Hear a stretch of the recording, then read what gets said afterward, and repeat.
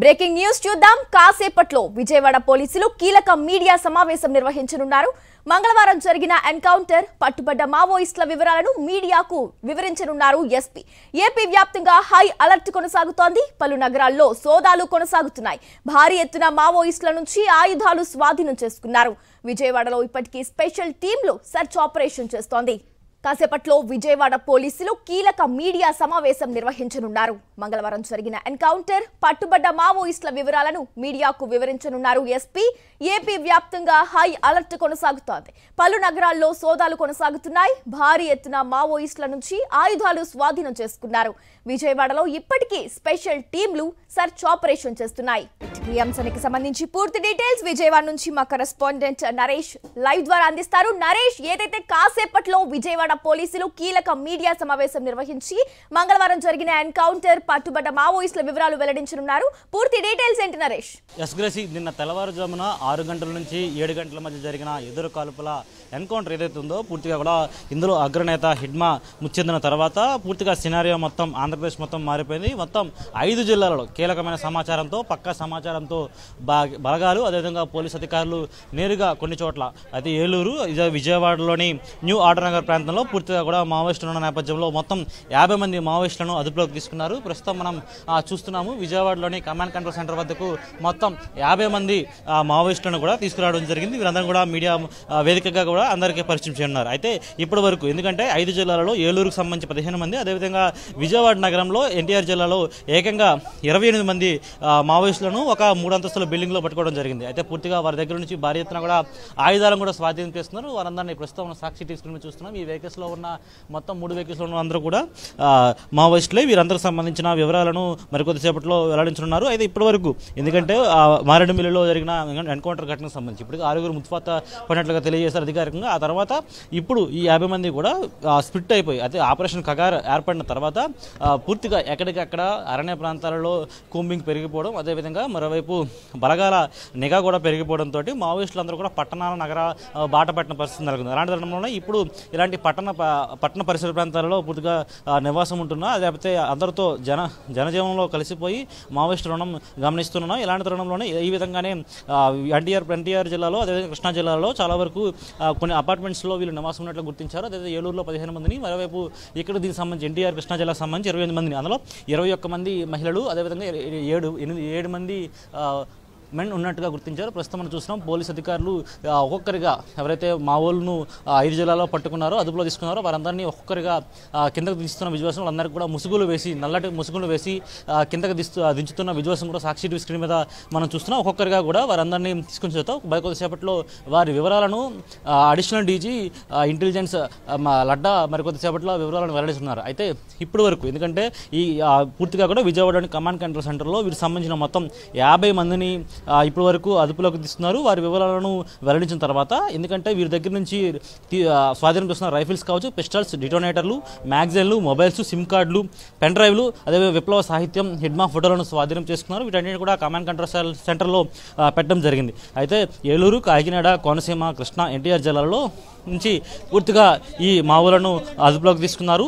అయితే ఇప్పటి వరకు ఎందుకంటే మావోయిస్ట్ అరెస్టుపై ఆపరేషన్పై 5 జిల్లాల ఎస్పీలతోటి ఈరోజు సమావేశం ఏర్పాటు చేసిన తర్వాత 5 జిల్లాలలో ఏ విధంగా వీరిని పట్టుకున్నారు, వీరు ఏ విధంగా అక్కడ మకాం వేశారనుకోవడం. ఎందుకంటే ఏకంగా కృష్ణా జిల్లాలో పెనందూరు ప్రాంతం వద్ద న్యూ ఆర్డర్ నగర్లో 3 అంతస్తుల బిల్డింగ్లో ఒక అంతస్తులో పై 3వ ఫ్లోర్లో ఏకంగా 28 మంది మావోయిస్టులు అక్కడే ఒక స్థావరంగా ఏర్పాటు చేసుకున్నట్లుగా గుర్తించారు. ఆ తర్వాత అక్కడికి ఆక్టోపస్ బలగాలు, అదేవిధంగా కృష్ణా జిల్లా పోలీసులు చేరుకొని పూర్తిగా మోహరించి 4 వైపులా కూడా వారిని కమ్మేసి ఆ తర్వాత ఒక్కొక్కరిగా తీసుకురావడం చెప్పారు. చూస్తున్నాం ఇప్పుడు మహిళా మావోయిస్టును కూడా బయటకు తీసుకుని వస్తున్నారు. వీరందరూ కూడా సుమారు 21 మంది మహిళా మావోయిస్టులను కృష్ణా జిల్లాలో వారిని అదుపులోకి తీసుకున్నారు. అదేవిధంగా అక్కడి నుంచి తర్వాత ఏలూరు జిల్లాలో కూడా అదుపులో తీసుకున్నారు. కాకినాడ, అదేవిధంగా మిగిలిన ప్రాంతాల మొత్తం 5 జిల్లాలో కూడా వీరిని అదుపులోకి తీసుకొని ఒక్కొక్కరిగా వివిధ ప్రాంతాల నుంచి ఇప్పటికే కృష్ణా జిల్లాలో అదుపులో తీసుకున్న మావోయిస్టులను నిన్న 2 వేరు ప్రాంతాలలో విడదీసి విచారించారు. ఎందుకంటే ఒకరిని 12 మందిని ఒక దగ్గర, అదేవిధంగా 16 మందిని ఒక దగ్గర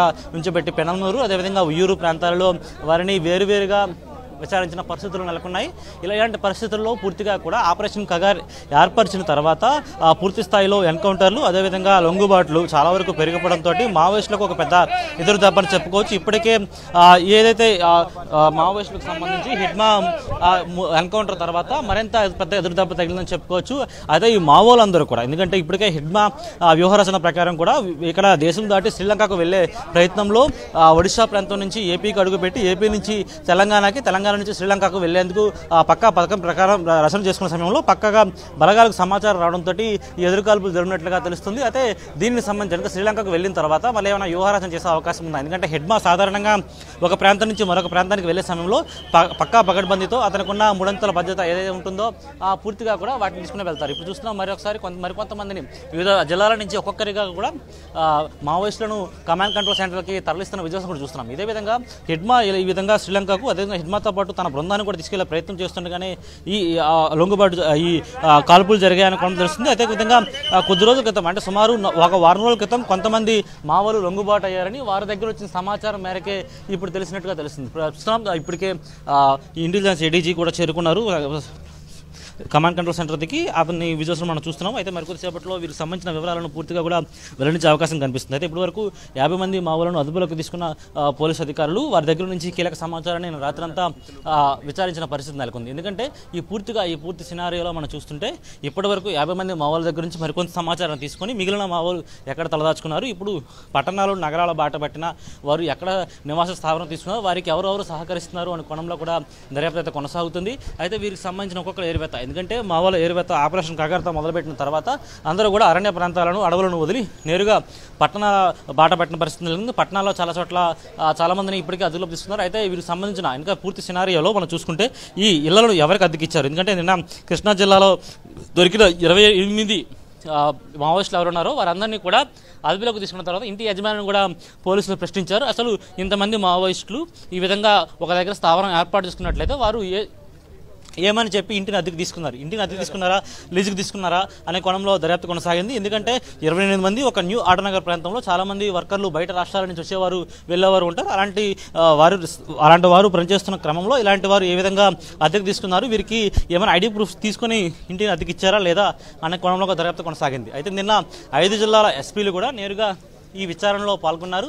మావోయిస్టులందరినీ కూడా, అంటే 50 మంది మావోయిస్టులను వేరువేరుగా చేసి వారి దగ్గర నుంచి కీలక సమాచారం రాబట్టి వారితో పాటు ఇంకా 50 మందితో పాటు ఇంకెవరైనా వివిధ ప్రాంతాలలో, ఒకవైపు తెలంగాణ, అదేవిధంగా ఆంధ్రప్రదేశ్, మరోవైపు ఒడిశా, ఛత్తీస్గఢ్ ప్రాంతాల్లో వీరు కొన్ని చోట్ల తలదాచుకున్నట్టు తెలుస్తుంది. అయితే అరణ్య ప్రాంతాలలో బలగాల మోహరింపు భారీగా పెరిగిపోవడం, నిఘా కూడా భారీగా పెరిగిపోవడంతో ఇక మావోయిస్టులకు ఎదురుదెబ్బ మొదలవుతున్న నేపథ్యంలో దేశం విడిచి ప్లాన్ వేసేందుకు కీలక రచన రచించారు. ఇలాంటి టైంలోనే హిడ్మా కూడా అక్కడి నుంచి ఒడిశా ప్రాంతం నుంచి అటవీ ప్రాంతంగా మారేడుమిల్లికి చేరుకున్న క్రమంలో టైగర్ జోన్ వద్ద ఈ ఎదురుకాల్పులు జరిగినట్లుగా కూడా తెలుస్తుంది. ఇలాంటి తరుణంలోనే ఇప్పటి వరకు ఉన్న ప్రాథమిక సమాచారం ప్రకారం 50 మందితో పాటు మరికొంతమందిని అదుపులోకి తీసుకునే అవకాశం కనిపిస్తుంది. వీరి దగ్గర నుంచి వచ్చిన సమాచారం ఏదైతే 50 మంది మావోయిస్టులు వివిధ ప్రాంతాల నుంచి ఎవరెవరుతున్నారో వారందరూ కూడా, ఎందుకంటే మొట్టమొదటిగా ఈ సమాచారం కూడా 50 మంది సమాచారం కూడా ఒక్కొక్కరి దగ్గర నుంచి ఆల్రెడీ గత వారం రోజుల క్రితం లొంగుబాటైన మావోయిస్టులు ఎవరైతే ఉన్నారో వారిని అదుపులోకి తీసుకున్న తర్వాత, వారిని విచారించిన తర్వాత వారు ఇచ్చిన కీలక సమాచారాన్ని బట్టే వీరందరూ వివరాలు తెలిసే అవకాశం కనిపిస్తుంది. అదేవిధంగా హిడ్మా మూవ్మెంట్ కూడా, హిడ్మా ఒక దగ్గర నుంచి మరొక దగ్గరికి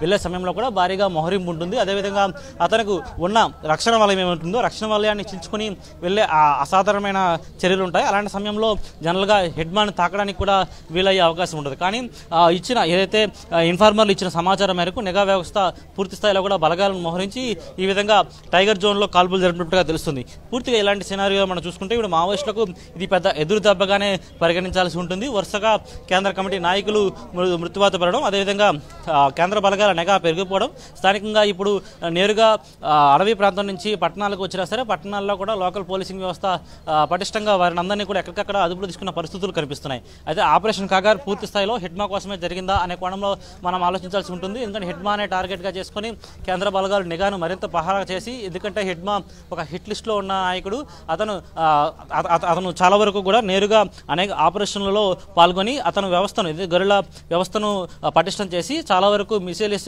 సభ్యులకు కూడా నేరుగా అతను ట్రైనింగ్ ఇచ్చిన పరిస్థితులు కూడా ఉన్నాయి. అయితే ఈ ప్రతి ఒక్కరు కూడా ఎవరైతే ఈ బృందాల్లోకి మావోయిస్ట్ బృందాల్లోకి నేరుగా ఎంట్రీ అవుతారో ఎంట్రీ అయిన ప్రతి ఒక్క ఫ్రెషర్స్ కూడా అతను ట్రైనింగ్ ఇచ్చిన పరిస్థితులు కనిపించాయి. అయితే అతను ఇచ్చిన ట్రైనింగ్ వ్యవస్థలో కూడా అనేక మార్పులు ఉంటాయని, అదేవిధంగా నేరుగా క్లాసెస్ తీసుకున్న తర్వాత ఉద్యోగపరమైన అతను ఇచ్చే స్పీచ్ను కూడా చాలా చైతన్యం కలిగిస్తుందంటూ కూడా వచ్చిన వాదనలు ఉన్నాయి. ఇలాంటి తరుణంలో నేరుగా 21 మంది మహిళలను కృష్ణా జిల్లాలోని పెనమలూరు వద్ద ఉన్న న్యూ ఆటనగర్ ప్రాంతంలో నిన్న అపార్ట్మెంట్లో తీసుకెళ్తున్న మావోయిస్టులను అదుపులో తీసుకున్న పోలీసులు ఇప్పుడు కమాండ్ కంట్రోల్ సెంటర్లో తీసుకుని వస్తున్నారు. అయితే పూర్తిగా వీరి వివరాలను, అదేవిధంగా వీరు ఏ ప్రాంతం నుంచి ఎంత కాలం నుంచి ఉన్నారు, అదేవిధంగా వీరిని ఎవరు తీసుకుని వచ్చారని కోణంలో కూడా మొత్తం దర్యాప్తు కొనసాగింది. నిన్న చేసిన రాత్రి కొనసాగిన దర్యాప్తు తర్వాత ఇప్పుడు మీడియా ముఖంగా పూర్తిగా వివరాలు సేకరించిన తర్వాత వారిని నేరుగా కోర్టులో హాజరుపరిచే అవకాశం అయితే కనిపిస్తుంది. అయితే 50 మందితో పాటు మరికొన్ని అరెస్టులు ఇప్పుడు కొనసాగుతాయా? ఎందుకంటే ఏలూరు జిల్లా, కాకినాడ, రాజమండ్రి, మరోవైపు విశాఖపట్నం వంటి ప్రాంతాలలో కూడా ఇంకా గస్తీ కొనసాగుతూ వస్తుంది. నిఘా వ్యవస్థ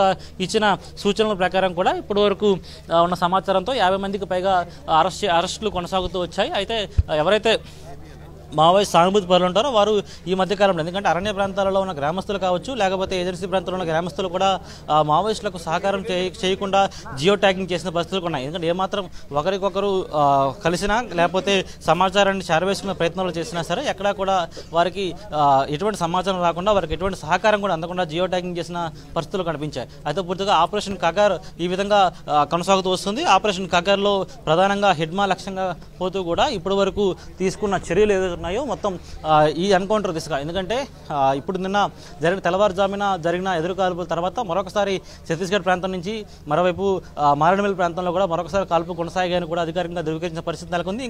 ఇంకా ఇవి ఏవైతే ఇప్పుడు ఆపరేషన్ కగార్లో భాగంగా హెడ్మా లాంటి పెద్ద నేతలు ఎవరైతే ఉన్నారో వారిని కూడా ఇంకా మరికొంతమంది అదుపులో ఉన్నట్టుగా తెలుస్తుంది. ఇంకా అధికారికంగా ధృవీకరించాలి.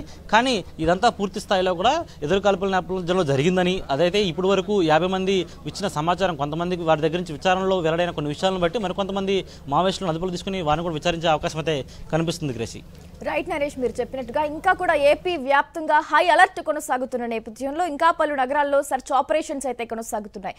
అయితే ఈ నేపథ్యంలో ఇంకా లొంగుబాటుల సంఖ్య ఇప్పుడు పెరిగే అవకాశం ఉందంటారా?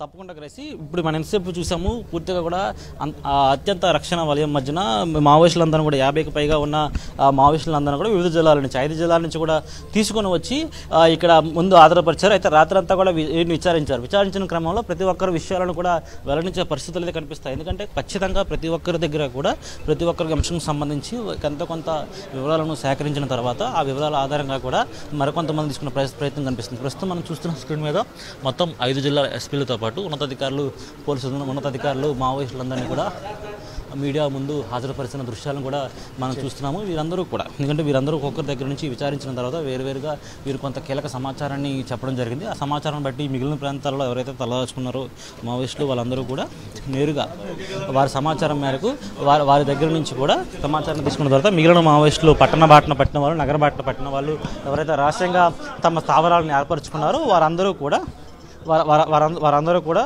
ఇప్పుడు మరికొంతమందిని వివరాలు చెప్పడంతో వారిని కూడా అదుపులో తీసుకొని విచారించే అవకాశం కనిపిస్తుంది. ఇలాంటి తరుణంలో ఇప్పుడు మావోలకి ఇది పెద్ద ఎదురుదెబ్బ. అయితే ఇప్పటి వరకు అరణ్య ప్రాంతాల్లో నివసించిన వారు పట్టణ ప్రాంతాల్లో నివసించాల్సిన పరిస్థితి వచ్చిందంటే ఖచ్చితంగా ఆపరేషన్ కగార్ వల్లనే అనే వాదన కూడా వినిపిస్తున్న పరిస్థితి కనిపిస్తుంది. గ్రేసి రైట్ నరేష్, అంటే ఏపీలో మొత్తం 50 మంది మావోయిస్టులను అరెస్ట్ చేసినట్టు తెలుస్తోంది. అంటే విజయవాడ లాంటి ప్రాంతాల్లో అసలు మావోయిస్టులు అక్కడికి వెళ్ళారు, అక్కడికి చేరుకున్నారు అంటే ఎలా సాధ్యపడింది, అసలు ఎలా చూడొచ్చు అంటారు దీన్ని? గ్రేసి, ప్రస్తుతం మనం చూస్తున్నాం మరొకసారి మావోయిస్టులందరినీ కూడా మీడియా ఎదుట హాజరుపరిచిన తర్వాత మరి ఒక్కొక్కరిని మరి లోపలికి తీసుకుని వెళ్తున్న సిచ్యువేషన్. అంటే ఏపీ వ్యాప్తంగా 50 మందిని అదుపులో వస్తున్నారంటే వీటి సంఖ్య ఇంకా మరింత పెరిగే అవకాశం ఉంది. కేవలం కొంతమేర ఇచ్చిన సమాచారం మేరకు, కొంత మావోల దగ్గర ఇచ్చిన సమాచారం కావచ్చు, నిఘా వ్యవస్థ సమాచారం మేరకు ఇప్పటి వరకు 50 మందిని అదుపులోకి తీసుకున్న అధికారులు మరికొంతమందిని, అంటే ఇప్పుడైతే ఎవరైతే 50 మంది ఉన్నారో 50 మందికి సంబంధించిన వివరాలు ప్రస్తుతం మనం చూస్తున్నాం. వారికి హ్యాండ్కున్న బ్యాండ్కి సంబంధించిన చూస్తున్నాం. ఎందుకంటే చేతికి చూస్తున్నాం మావోలకు సంబంధించిన బ్యాండ్, దానికి ఒక ట్యాగ్ని కూడా ఏర్పరచడం జరిగింది. అంటే ప్రతి ఒక్కరి వివరాలను అందులో పొందుపరిచారు పోలీసు అధికారులు.